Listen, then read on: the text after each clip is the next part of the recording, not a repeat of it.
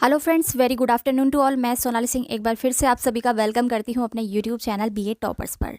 और आज की इस वीडियो में हम डिस्कस करेंगे सीआरएसयू बीएड फर्स्ट ईयर 2024 का ये क्वेश्चन पेपर। सब्जेक्ट है आपका childhood and growing up.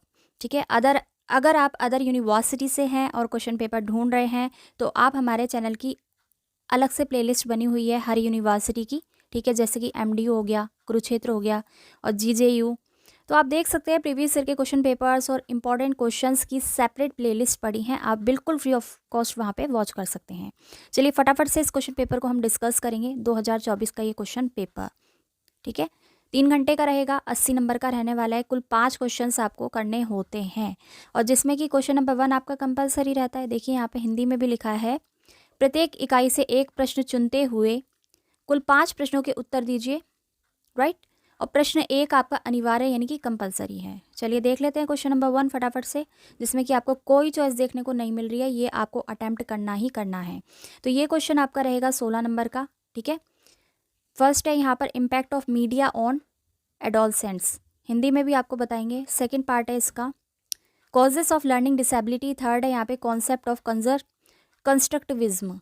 Fourth है यहाँ पे इंपॉर्टेंस ऑफ ग्लोबलाइजेशन, हिंदी में देख लेते हैं इसका। अगर आपका मीडियम हिंदी है तो आप हिंदी में अटेम्प्ट करिएगा।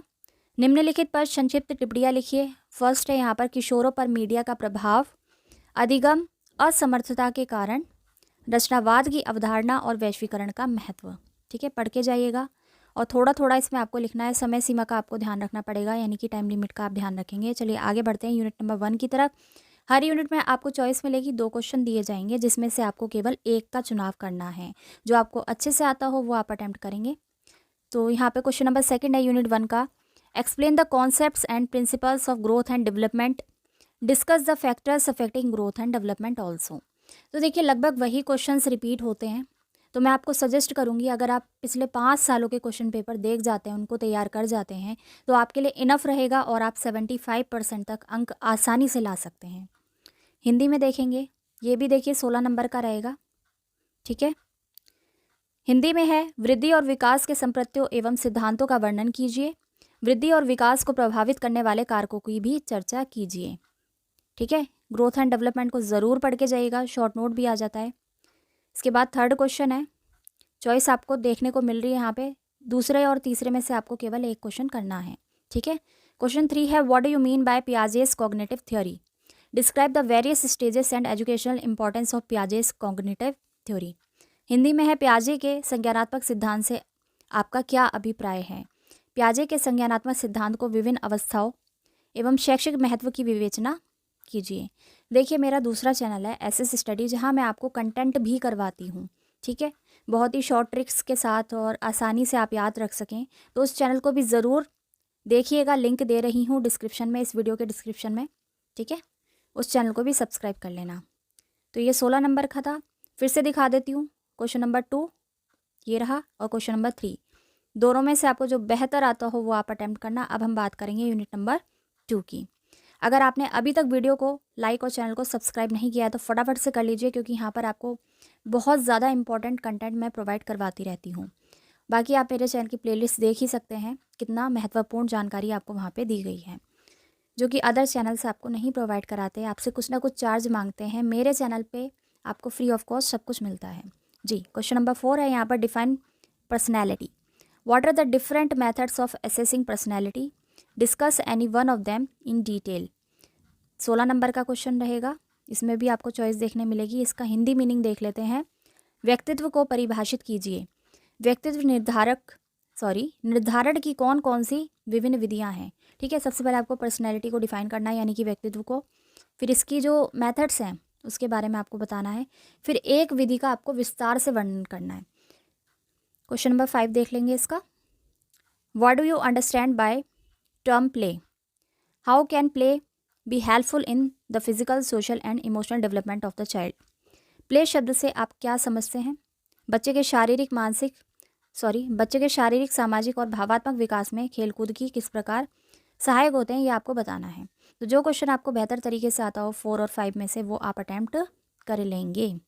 ठीक है, इस साल के जो भी एग्जामिनेशन कंडक्ट होंगे 2025 के, उनकी वीडियो बैक टू बैक आने वाली है, तो जुड़े रहिएगा अधिक जानकारी के लिए। चलिए, क्वेश्चन नंबर 6 है यहाँ पर, what is Pavlov conditioning theory of learning? How can a teacher utilise the knowledge of this theory in teaching and learning situation? Justify. ठीक है, 16 नंबर का क्वेश्चन है। हिंदी में इसका मतलब है, पेवलव का शास्त्रीय अनुबंध अधिगम सिद्धांत क्या है? एक शिक्षक इस सिद्धांत के ज्ञान का उपयोग शिक्षण और अधिगम में कैसे कर सकता है? उचित सिद्ध कीजिए। राइट, तो इसमें से आपको क्या करना है, छठे या सातवें में से एक क्वेश्चन आप अटेम्प्ट करेंगे जो आपको बेहतर आता हो। फिर से देख लीजिए क्वेश्चन नंबर 6। आगे बढ़े, चलिए, यह है question number 7। What do you mean by Bruner's discovery learning theory? Describe its relevance, applicability and the role of learner and teacher in this theory.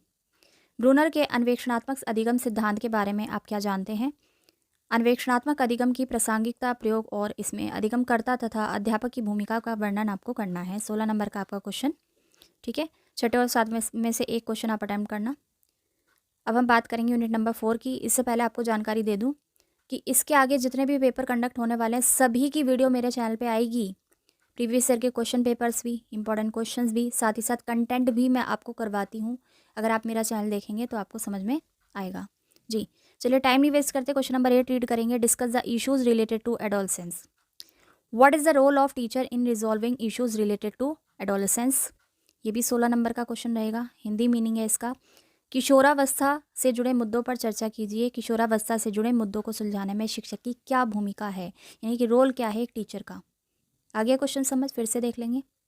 चलिए, क्वेश्चन नंबर 9 है यहाँ पर, right short notes on the following. तो यहाँ पर भी आपको 2 part short note के मिल रहे हैं, लेकिन चॉइस नहीं है। चॉइस मिलेगी आपको 8वें और 9वें में। ठीक है, 9वां अगर आप अटैम्प्ट कर रहे हैं तो आपको दोनों पार्ट लिखने पड़ेंगे।